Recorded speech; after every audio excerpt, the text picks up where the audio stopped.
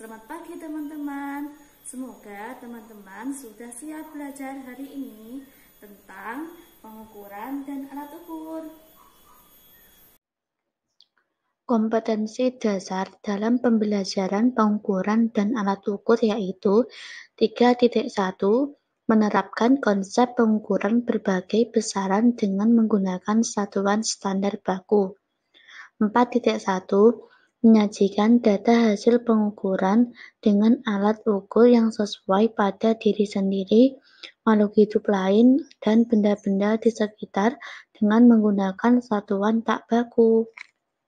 Sedangkan indikator pencapaian kompetensi pada pembelajaran pengukuran dan alat ukur yaitu 3.1.1 membandingkan satuan baku dan tidak baku. 3.1.2 menjelaskan kegunaan satuan baku dalam pengukuran. 3.1.3 mengkonversi satuan dalam SI atau sistem internasional. 4.1.1 melakukan percobaan pengukuran dengan satuan baku dan tidak baku. 4.2.2 mempresentasikan hasil percobaan satuan baku dan tidak baku. Tujuan pembelajaran yang pertama, peserta didik dapat membandingkan satuan baku dan tidak baku dengan benar setelah melakukan percobaan pengukuran menggunakan satuan baku dan tidak baku. Yang kedua, peserta didik dapat menjelaskan kegunaan satuan baku dengan benar setelah berdiskusi dan menganalisis lembar kegiatan peserta didik. Yang ketiga, peserta didik dapat mengkonversi satuan dalam SI setelah melakukan diskusi kelompok dan menganalisis lembar kerja peserta didik. Yang keempat, peserta didik dapat melakukan percobaan satuan baku dan tidak baku setelah menganalisis langkah-langkah pada lembar kerja peserta didik. Yang kelima, peserta didik dapat membuat laporan percobaan pengukuran satuan baku dan tidak baku setelah kegiatan penelitian. Pernahkah kalian mendengar tentang satu jengkal dan satu hasta? Orang zaman dahulu menggunakan satu jengkal dan satu hasta untuk mengukur sebuah panjang benda. Sepertinya alat ukur tersebut kurang efektif. Oleh karena itu, para ilmuwan fisika membuat alat ukur baku. Berbicara tentang alat ukur baku, hari ini kita akan belajar tentang pengukuran dan alat ukur. Mulai belajar, kita berdoa terlebih dahulu. Bismillahirrahmanirrahim. Raditu billahi robba wa bil islami dina wa bi muhammadin nabiyya wa rasula rabbi zidni ilma warzuqni fahma. Amin. Apa itu pengukuran? Pengukuran merupakan suatu proses membandingkan suatu besaran dengan menggunakan besaran lain yang telah ditentukan skala dan satuannya. Pengukuran dibedakan menjadi dua, pengukuran langsung dan pengukuran tidak langsung. Pengukuran langsung yaitu membandingkan nilai besaran yang diukur dengan besaran standar yang diterima sebagai satuan. Contoh dari pengukuran langsung yaitu mengukur meja dengan penggaris atau mistar. Sedangkan pengukuran tidak langsung yaitu pengukuran untuk mengukur suatu besaran dengan cara mengukur besaran lain. Contohnya dari pengukuran tidak langsung yaitu ketika kita membeli beras, penjual mengukur massa menggunakan satuan kilogram, gram, atau tambahan satuan lainnya. Hal yang perlu diperhatikan dalam pengukuran, yang pertama, standar yang digunakan harus memiliki ketelitian yang sesuai dengan standar yang telah ditentukan. Yang kedua, tata cara pengukuran dan alat ukur yang digunakan harus memenuhi persyaratan. Apa itu satuan? Satuan adalah pembanding atau patokan dalam melakukan pengukuran suatu besaran atau dapat dikatakan merupakan nama atau istilah yang diberikan kepada besaran tersebut. Satuan terdiri dari dua. Yang pertama, satuan baku. Yang kedua, satuan tidak baku. Satuan baku adalah satuan yang sudah ditetapkan secara internasional. Contohnya, mengukur meja dengan penggaris. Satuan tidak baku adalah satuan yang tidak ditetapkan sebagai satuan pengukuran secara umum atau ilmiah karena pengukuran tidak dinyatakan dengan jelas dan ketepatan instrumen. Contohnya, mengukur meja dengan jengkal tangan. Besaran adalah segala sesuatu yang dapat diukur atau dapat dinyatakan dengan angka. Besaran terdiri dari dua. Yang pertama, besaran pokok. Yang kedua, besaran turunan. Besaran pokok adalah besaran utama yang dapat menurunkan besaran lain dan satuannya telah ditentukan terlebih dahulu. Berikut ini merupakan contoh besaran pokok beserta satuannya. Yang pertama, panjang dengan satuan meter. Yang kedua, massa dengan satuan kilogram. Yang ketiga, waktu dengan satuan sekon. Yang keempat, kuat arus listrik dengan satuan ampere. Yang kelima, suhu dengan satuan Kelvin. Yang keenam, jumlah zat dengan satuan mol. Yang ketujuh, intensitas cahaya dengan satuan kandela. Besaran turunan adalah besaran yang diturunkan dari besaran pokok.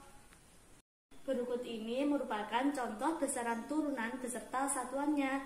Yang pertama, kecepatan dengan satuan meter per sekon. Yang kedua, percepatan dengan satuan meter per sekon kuadrat.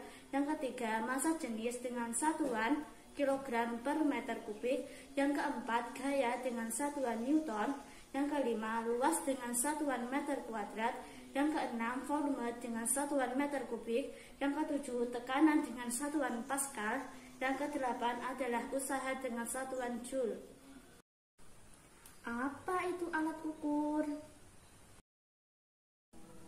Alat ukur adalah alat yang digunakan untuk mengukur sebuah benda atau kejadian tersebut. Sebuah alat ukur mempunyai 3 komponen utama, yaitu sensor, pengubah, dan unjuk. Yang pertama, sensor, yaitu bagian alat ukur yang menggunakan alat ukur dengan objek, terdiri dari sensor mekanik, sensor optik, dan sensor pneumatik. Yang kedua, pengubah, yaitu bagian alat ukur yang berfungsi mengubah sinyal yang dirasakan oleh sensor menjadi besaran yang terukur. Yang ketiga, penunjuk, yaitu bagian alat ukur yang berfungsi menunjukkan harga pengukuran. Selanjutnya adalah macam-macam alat ukur dan ketelitiannya. Macam-macam alat ukur terdiri dari alat ukur panjang, alat ukur suhu, dan alat ukur waktu. Yang pertama adalah pengukuran panjang. Panjang merupakan salah satu besaran pokok yang dapat diukur menggunakan mistar, jangka sorong, makrometer skrup, dan rolmeter atau meteran. Berikut ini merupakan contoh dari pengukuran panjang. Yang pertama adalah mistar atau penggaris. Mistar atau penggaris biasanya digunakan untuk mengukur panjang benda yang tidak terlalu panjang. Misalnya adalah untuk mengukur panjang buku, meja, kursi, ballpoint, pensil, dan sebagainya. Ukuran penggaris yang umum di pasaran adalah 20 cm, 30 cm, 40 cm, 50 cm, dan 100 cm. Tingkat ketelitian mistar atau penggaris ini adalah 0,1 cm atau 1 mm. Yang kedua adalah rolmeter atau meteran. Rolmeter atau meteran merupakan alat ukur panjang yang dapat digulung dengan panjang 25 sampai 50 cm. Ketelitian pengukuran dengan rolmeter atau meteran adalah 0,1 cm atau 1 mm. Rolmeter ini biasanya digunakan oleh tukang bangunan atau pengukur jalan, sedangkan meteran biasanya digunakan oleh para penjahit dalam mengukur bagian dari tubuh kita untuk membuat sebuah baju. Yang ketiga adalah jangka sorong. Jangka sorong adalah alat yang digunakan untuk mengukur panjang, kedalaman lubang, dan diameter, baik diameter luar maupun diameter dalam suatu benda. Jangka sorong memiliki tingkat ketelitian 0,01 cm atau 0,1 mm. Yang keempat adalah mikrometer sekrup. Mikrometer sekrup merupakan alat ukur ketebalan benda yang relatif tipis, seperti kertas, seng, dan karbon. Mikrometer sekrup memiliki tingkat ketelitian sebesar 0,001 cm atau 0,01 mm. Yang kedua adalah pengukuran massa. Massa merupakan salah satu besaran pokok yang bisa diukur menggunakan neraca Ohaus, neraca digital, timbangan badan, dan timbangan gantung digital. Yang pertama adalah neraca Ohaus. Neraca Ohaus berguna untuk mengukur massa benda atau logam dalam praktek laboratorium khususnya. Beban maksimal yang mampu ditimbang menggunakan neraca Ohaus ini adalah 311 gram. Batas ketelitian neraca Ohaus ini adalah 0,1 gram. Yang digunakan dalam neraca Ohaus dalam laboratorium yaitu neraca 3 lengan, sehingga rinciannya adalah sebagai berikut. Lengan belakang memiliki skala 0 sampai 500 gram. Lengan tengah memiliki skala 0 sampai 100 gram. Lengan depan memiliki skala 0 sampai 10 gram. Yang kedua adalah neraca digital. Neraca digital atau neraca elektronik ini di dalam penggunaannya sangat praktis karena besar massa benda yang diukur langsung terbaca pada layar. Ketelitian neraca digital ini sampai dengan 0,001 gram. Contohnya, ketika kita membeli emas di toko emas, maka kita akan menjumpai neraca digital ini. Yang ketiga adalah timbangan badan. Jenis timbangan badan ini sering kita gunakan untuk menimbang badan atau yang disebut dengan body scale atau timbangan badan. Cara mengukur dengan diinjak atau kita menginjak di atas timbangan tersebut yang bertujuan agar timbangan dapat membandingkan semua beban. Ketelitian alat ini sampai dengan 1 kg. Yang keempat adalah timbangan gantung digital. Timbangan gantung digital menggunakan timbangan yang memang lebih mudah dan praktis. Selain itu, hasil angka juga akan otomatis muncul di layar. Berdasarkan massa beban yang sudah ditimbang, dengan begitu proses pengukuran massa benda lebih cepat dan praktis. Ketelitian pada alat ini bisa mencapai 0,001 kg. Yang ketiga adalah alat ukur waktu. Berikut ini merupakan contoh dari pengukur waktu. Yang pertama adalah arloji. Arloji pada umumnya merupakan alat ukur waktu yang memiliki tingkat ketelitian 1 detik. Contohnya adalah jam tangan dan jam dinding.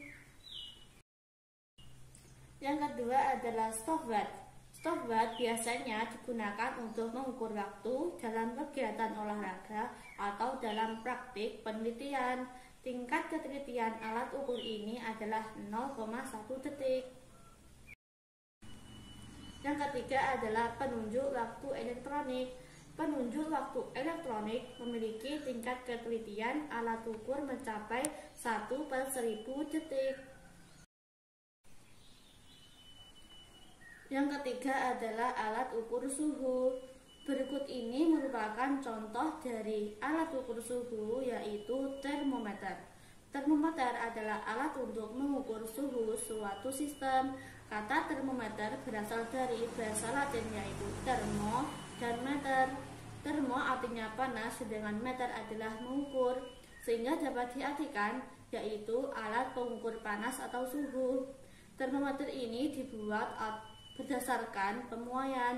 Contohnya ketika kita panas, kita akan mengecek suhu badan kita menggunakan termometer.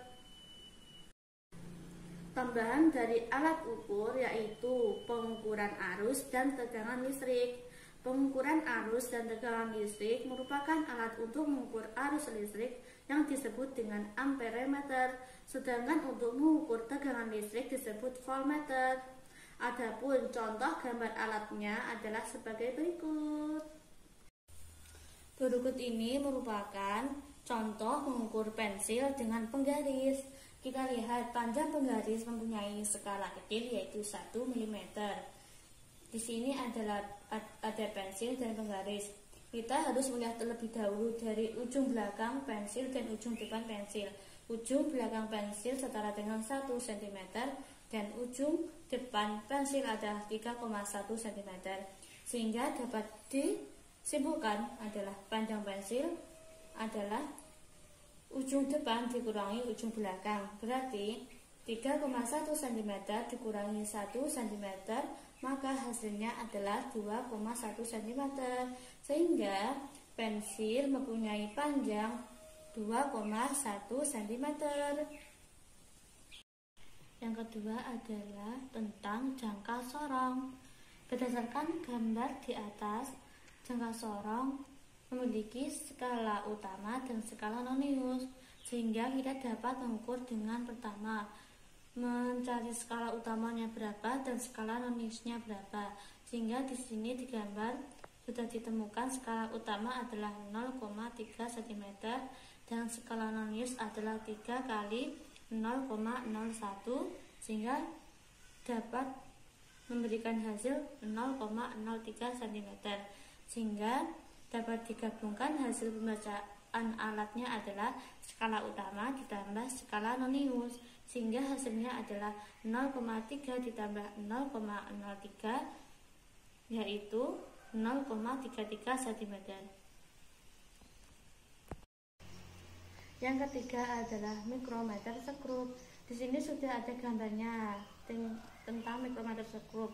Maka kita akan mencari dalam mikrometer skrup adalah kita harus menentukan skala utama dan skala nonius. Skala utama di sini adalah 3,5 mm dan skala nonius adalah 12 kali 0,61, sehingga hasilnya adalah 0,12 mm, itu skala nonius. Sedangkan digabungkan hasil pembacaan alat adalah skala utama ditambah skala nonius, sehingga dapat memberikan hasil 3,5 ditambah 0,12, sehingga hasilnya adalah 3,62 mm. Berikut ini fungsi alat ukur dalam kehidupan sehari-hari. Yang pertama adalah penggaris atau mistar yang berfungsi untuk mengukur panjang benda. Yang kedua adalah rolmeter atau meteran. Pada rolmeter digunakan oleh tukang bangunan dan tukang pengukur jalan dalam mengukur panjang suatu benda, sedangkan meteran digunakan oleh para penjahit dalam mengukur tubuh kita dalam membuat sebuah baju. Yang ketiga adalah jangka sorong yang berfungsi untuk menghitung panjang, ketebalan, dan diameter sebuah benda. Yang keempat, mikrometer skrup yang berfungsi untuk mengukur ketebalan sebuah benda ataupun diameter tertentu. Yang kelima adalah neraca Ohaus. Neraca Ohaus berfungsi untuk mengukur massa benda atau logam, khususnya dalam praktek laboratorium. Yang keenam adalah neraca digital. Neraca digital berfungsi untuk mengukur massa benda yang langsung terbaca oleh layar. Contohnya adalah menimbang berat emas. Yang ketujuh adalah timbangan badan. Timbangan badan ini berfungsi untuk menimbang berat badan. Yang kedelapan adalah stopwatch. Stopwatch berfungsi untuk mengukur waktu pada saat olahraga atau kegiatan penelitian. Yang kesembilan adalah termometer. Termometer berfungsi untuk mengukur panas atau suhu badan kita. Yang kesepuluh adalah amperemeter yang berfungsi untuk mengukur kuatnya arus listrik. Yang ke-11 adalah voltmeter yang berfungsi untuk mengukur tegangan listrik. Yang ke-12 adalah ohmmeter yang berfungsi untuk mengukur besaran hambatan listrik suatu benda. Yang ke-13 adalah barometer yang berfungsi untuk mengukur tekanan udara.